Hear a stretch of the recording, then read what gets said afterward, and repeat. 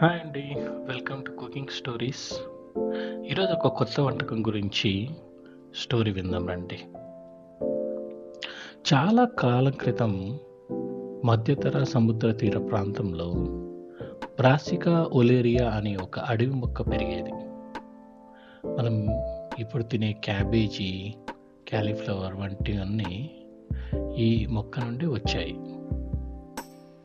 Cypress ద్వీపవాసులు ఈ మొక్కలోని మొగ్గలు విచ్చుకోకుండా ముద్దుగా ఉంటాయని గమనించారు. వారు ఆ ప్రత్యేకమైన భాగాన్ని సాగు చేయడం మొదలుపెట్టారు. అందుకే కొన్ని వందల ఏళ్ల పాటు దీనిని సిప్రస్ కొల్వెరా అని పిలిచేవారు. 16వ శతాబ్దంలో క్యాలీఫ్లవర్ ఫ్రాన్స్ దేశపు రాజకోటలోకి అడుగుపెట్టింది. అప్పట్లో ఇది చాలా ఖరీదైన కూరగాయ.